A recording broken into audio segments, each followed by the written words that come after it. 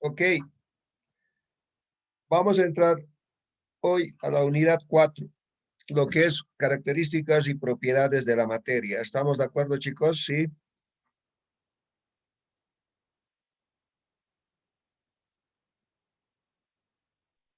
Sí. Como primer punto de esta unidad tenemos lo que es estados de agregación de la materia. Los estados de agregación de la materia básicamente son tres, ¿no? Todo el mundo conocemos, lo que es sólido, líquido y gaseoso. Para determinar los estados de agregación de la materia, debemos partir del análisis de las características del movimiento molecular, el grado de orden y la cohesividad, de los cuales podemos obtener una clasificación de lo que es la materia. Es decir, podemos definir las características de lo que es la fase sólida, líquida y gaseosa. En esta tablita, por ejemplo, tenemos algunas características o particularidades de los tres estados. ¿Estamos de acuerdo, chicos? ¿Sí? ¿Sí? ¿Me están escuchando, jóvenes? Sí, Por ejemplo, acá, en la que es sólidos, ¿ya? Una de las características son que tiene forma definida, resisten a la deformación, ¿me dejo entender? Y un ejemplo en particular de esto, lo que es sólido, es el hielo, ¿no? Que tiene forma definida, ¿no? Y cuando tú puedes forzar, es bien, o sea, no se le puede, no puede adoptar la forma de un recipiente, ¿me dejo entender? ¿Sí? Por decir, un cubo de hielo, ¿no? Yo quiero meter eso, por decir, en algo circular, por decir, ¿no? Esto no se va a poder, ¿no? Porque ya tiene forma definida, ¿me dejo entender?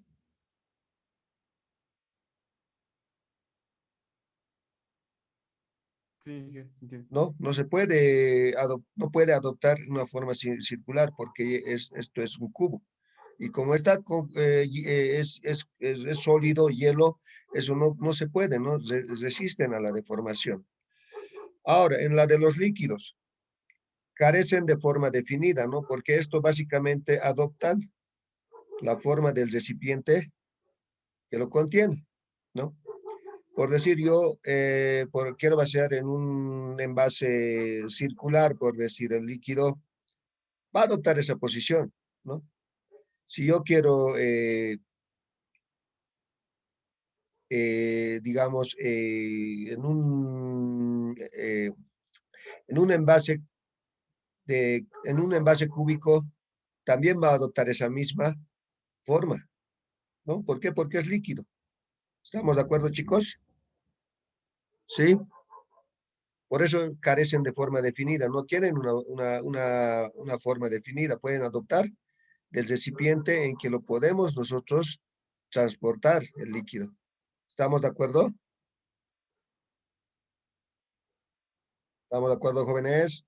sí, sí. Ahora, en la de los gases, de la misma manera, pero esto en realidad van a ocupar todo lo que es al interior del recipiente que los contiene.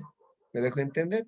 Y siempre tiene que contener la tapa respectiva, ¿no? ¿Por qué? Porque esto puede empezar a salirse por algún espacio o por alguna salida donde, donde el recipiente que no esté tapada, por decir, ¿no? Si yo lo coloco, por decir, los gases en un botellón, este botellón tiene que tener su seguro para que se mantenga en el interior del botellón, ¿no? Porque en caso de que yo lo abra el botellón, básicamente el gas va a empezar a disiparse o a expandirse por todo lado. ¿Estamos de acuerdo, chicos? Sí, ¿Sí? ¿Ya? Ahora, en el segundo caso de los sólidos, son casi incompresibles, no se pueden comprimir, ¿no? En la de los líquidos, tienen el volumen definido, son ligeramente compresibles, ligero, ¿no? Ahora, en la de los gases, son compresibles, ¿no? Lo que conocemos, ¿no? Lo que por ejemplo, los botellones de gases que distribuyen diferentes empresas aquí en Bolivia, por ejemplo, Praxair y otros. Ellos, por ejemplo, los gases, ¿qué lo hacen? Lo comprimen en un tanque, ¿me dejo entender? Y ese tanque soporta altas presiones, ¿no? Fácilmente puede ser este gas compresible. ¿Estamos de acuerdo? ¿Estamos de acuerdo, chicos? Sí, Inge. ¿Ya? Ahora, acá, en la 3 de los sólidos, la tercera característica, suelen tener mayor densidad que los líquidos, ¿ya? Entonces, la densidad de los sólidos es mayor al de los líquidos. Ahora, de los líquidos tienen una característica en particular, tienen alta densidad.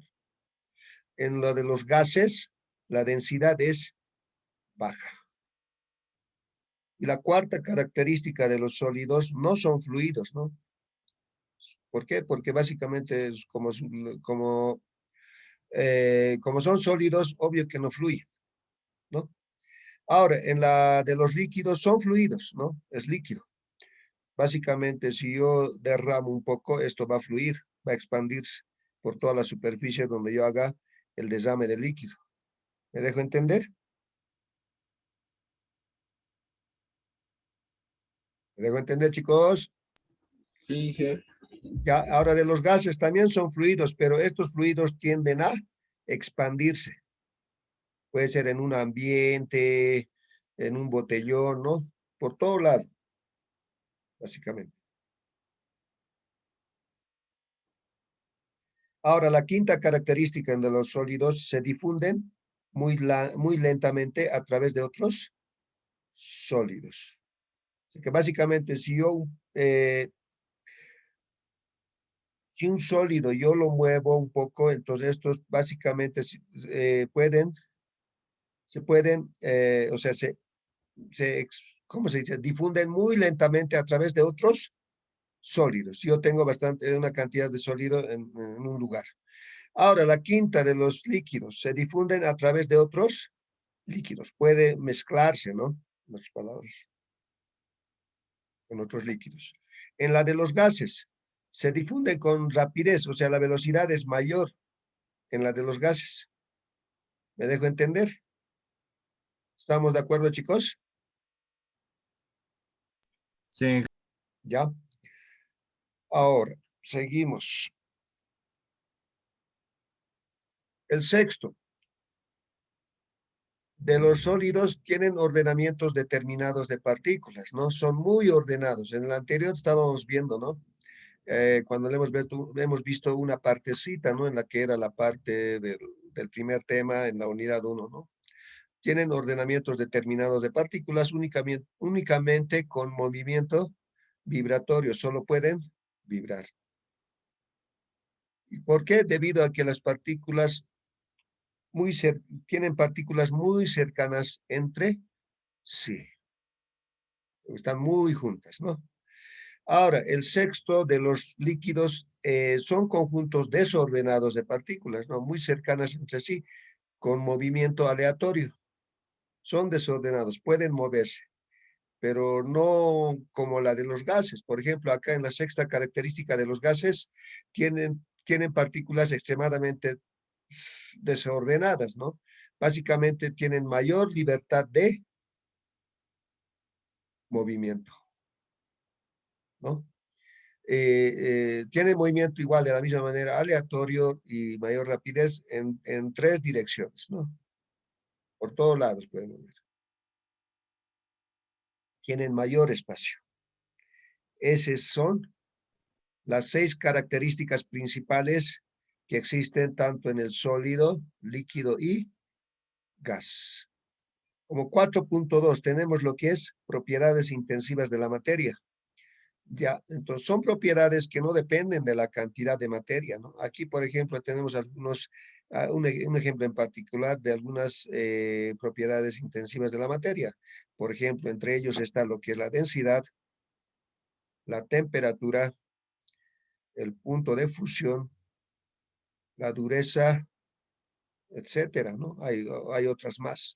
Entonces, esos son lo que son las propiedades intensivas de la materia. Como 4.3 tenemos lo que son las propiedades extensivas de la materia. Esto básicamente son propiedades que no dependen de la cantidad de materia, ¿ya? Que no dependen de la cantidad de materia. Entre ellos tenemos lo que es el volumen, el peso, cantidad de calor y el tamaño. ¿Ok? Estas son algunas propiedades extensivas de la materia. Como 4.4 tenemos lo que es características y propiedades de los líquidos. Estas varían en forma notable en los distintos líquidos. Las variaciones dependen de la naturaleza y las fuerzas de atracción entre partículas, ¿no? Entre partículas, átomos, moléculas, iones que los constituyen.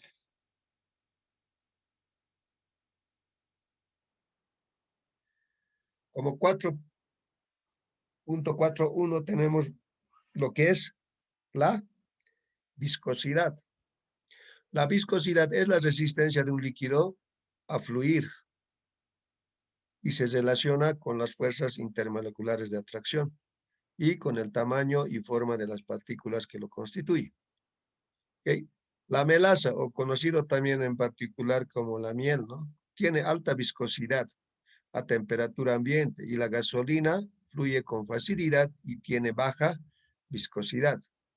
Entonces, la viscosidad de los líquidos puede medirse usando un viscosímetro como en el que se ve en la siguiente figura. Este es el viscosímetro, ¿ok? Llamado como el viscosímetro de Ostwald. Entonces, aquí pueden ver las marcas de calibración donde dice, ¿sí? Chicos. Hola, hola. Sí, Inge, se ve. ¿Se ven, no ven las marcas de calibración? Básicamente, cuando tú vas a medir la viscosidad de cualquier líquido, ¿qué es lo que tenemos que tener en cuenta? Lo que tenemos que tener en cuenta son cuatro cosas, ¿ya? Entonces, a ver, les voy a explicar cómo funciona este viscosímetro, ¿ya? Por ejemplo, de esta marquita hasta aquí, por ejemplo, el líquido tiene que bajar, ¿ya? Y lo que se hace básicamente para calcular la viscosidad de un líquido cualquiera, siempre se relaciona esto con el agua, ¿ya? Entonces, yo, ¿qué es lo que hago? Voy a meter por este lado el líquido, por decir el agua, ¿ya? Por este lado yo lo voy a echar. Pero como sabemos que el agua no va a subir o no va a ascender básicamente por acá automático, ¿no? Entonces, lo que se hace es de aquí succionarlo para que suba hasta este punto. ¿Me están entendiendo, chicos? Hola, hola. Sí, Inge. Ya, entonces lo que yo hago es succionar de este lado. De aquí es donde voy a succionar. Por aquí es donde ingresa el agua. Entonces yo tengo que llevar hasta este punto o más. Hola, hola. Sí, te escucho.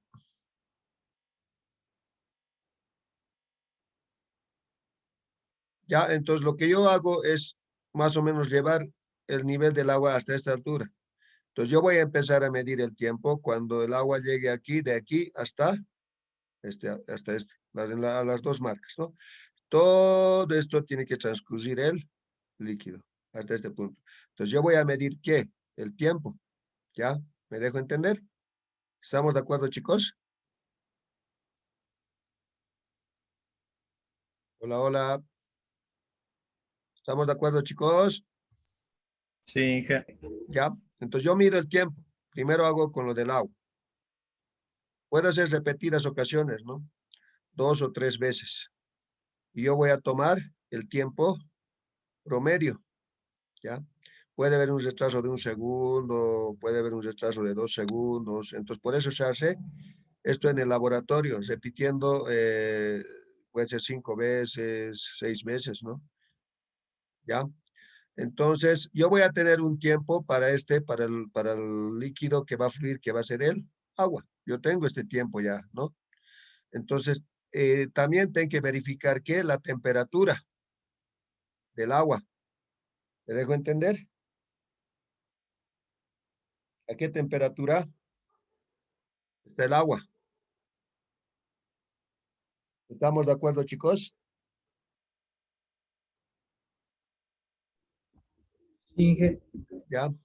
¿Por qué? Porque voy a necesitar su densidad, ¿no? Para eso verifico la temperatura, porque varía unos milésimos cuando tú utilizas el agua a una diferente temperatura. Entonces, varía, pero siempre hay que anotar, como es parte del laboratorio y esto, entonces si tu temperatura del agua, por decir, es 20 grados centígrados, entonces yo tengo que buscar en tablas la temperatura, la densidad del agua a esta temperatura. ¿Me dejo entender? ¿Sí? Ya, entonces voy a tener por una parte lo que es la temperatura del agua y a esta temperatura yo voy a medir la densidad o buscar, ¿no? A esta temperatura, ¿cuánto es la densidad del agua? Listo. Esto es para lo del agua. Ahora voy a tomar lo que es la de la miel, ¿no? La miel, por ejemplo, tiene alta viscosidad, entonces posiblemente la miel, ¿qué puedo hacer? Es calentarlo, ¿no? Un poco, para que la viscosidad disminuya. Ustedes saben que la viscosidad está directamente relacionada con la temperatura, ¿no? ¿Estamos de acuerdo, chicos? ¿Sí? Sí. ¿Estamos de acuerdo, chicos? Sí. Ya, entonces yo igual de la misma manera puedo un poco calentar la miel, con tal de que esto yo pueda succionar la miel hasta una altura, ¿no? Entonces de ahí puedo medir yo el tiempo, en cuánto tiempo esto. Igual, ¿no? La misma cantidad de veces que hago repetición puedo hacer con la miel igual. Entonces, ¿qué es lo que voy a tener en realidad? La ecuación que me relaciona para encontrar la densidad es la siguiente.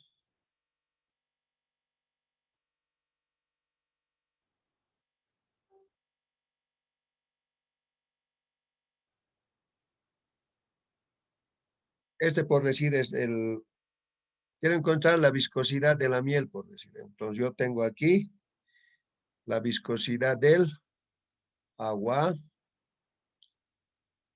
a una determinada temperatura por la densidad de la miel. Este va a ser de la miel, ya voy a colocar M. De la miel por el tiempo promedio de la miel que ha tardado en bajar desde este aforo, desde esta marquita hasta aquí. Eso dividido entre la densidad del agua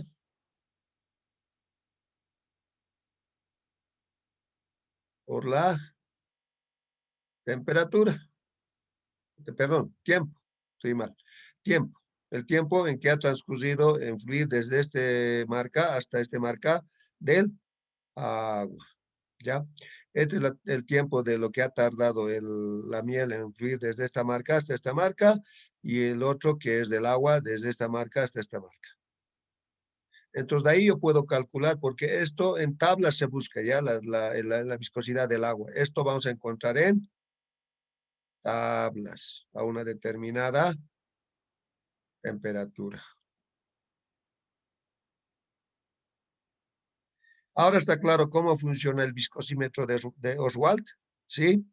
¿O alguien se ha perdido?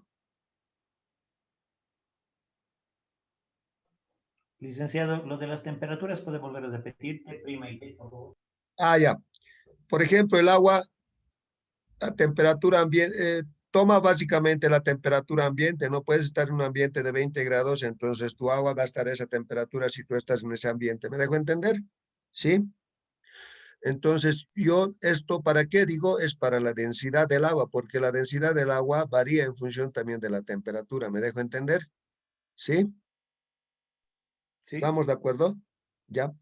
Entonces, aquí yo voy a tener de las tablas igual la viscosidad. La viscosidad podemos encontrar también a esa determinada temperatura la viscosidad del agua. ¿Ya?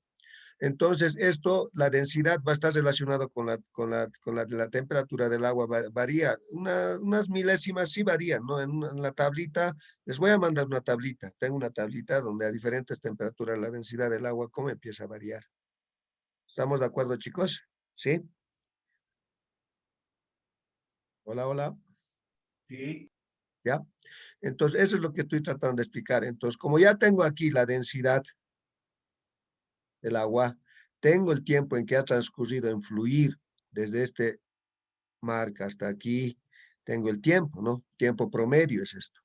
También tengo el tiempo promedio de la melaza, ¿no? A una determinada temperatura, haciendo la misma operación que hemos hecho como la del agua. También tengo la densidad y, también tengo la que es la viscosidad del agua. Entonces, puedo calcular lo que es la viscosidad que necesito de esa sustancia, del líquido. ¿Me dejo entender?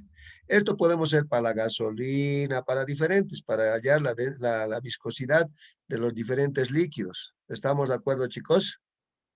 ¿Sí? Hola, hola.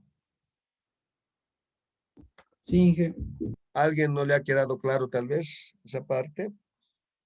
Entonces, como se han dado de cuenta, esta ecuación depende de qué? De la densidad, del tiempo y de la viscosidad frente a cuál se está midiendo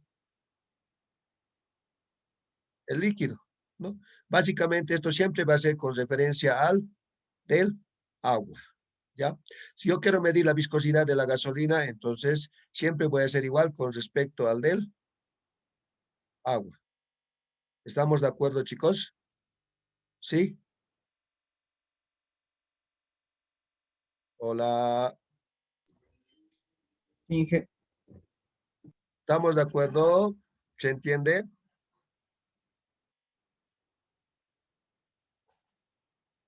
Ok, ahora en la figurita, a ver qué es lo que dice. Vamos a leer un poco. Dice, viscosímetro de Oswald, dispositivo que se emplea para determinar la viscosidad de los líquidos. Se determina el tiempo que toma un volumen conocido del líquido en fluir a través de un cuello pequeño de tamaño conocido. Los líquidos de baja viscosidad fluyen con rapidez y los líquidos de alta viscosidad fluyen lentamente, ¿no? Continuamos. ¿Alguien se ha perdido en esa parte? Esto básicamente se hace en laboratorio. Hola, hola. Chicos, no se duerman, por favor. ¿Están escuchando? Sí, Inge. Ya. Continuamos. Un poquito complementando lo que es la viscosidad, ¿no? Al aumentar la temperatura, las moléculas se mueven con mayor rapidez y sus energías cinéticas logran vencer mejor las atracciones intermoleculares debido a la velocidad, ¿no? Así la viscosidad disminuye al aumentar la temperatura. Como les dije, ¿no? La viscosidad está ligado a la de la temperatura también. Siempre y cuando no se produzcan cambios de composición. Ahora vamos a entrar lo que es la tensión superficial.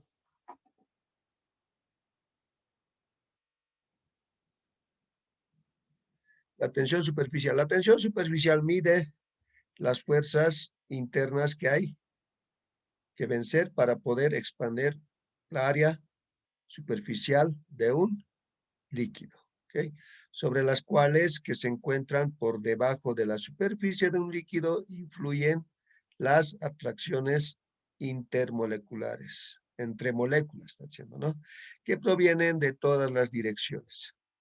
Las que se encuentran en la superficie solo son atraídas hacia el interior, como se observa en la siguiente figura. Aquí podemos ver lo que es la parte de la tensión superficial, ¿no? Aquí, por ejemplo, se ve claramente que la atracción es más hacia abajo. Las flechas están marcando.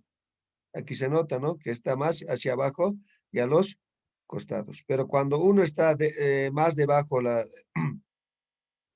tensión superficial, las moléculas, como ven, la atracción es en todos los sentidos, ¿no? Hacia la derecha, hacia arriba y así, hacia abajo. Como se han dado cuenta, ¿no?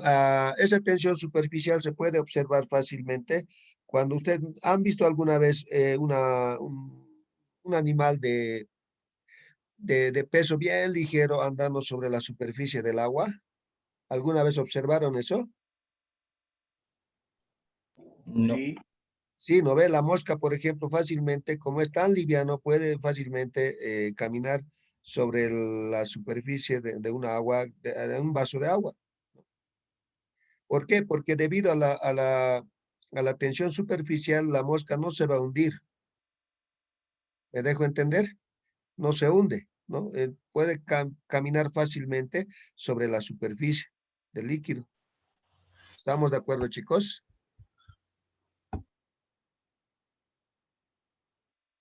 ¿Estamos de Sí, acuerdo, chicos?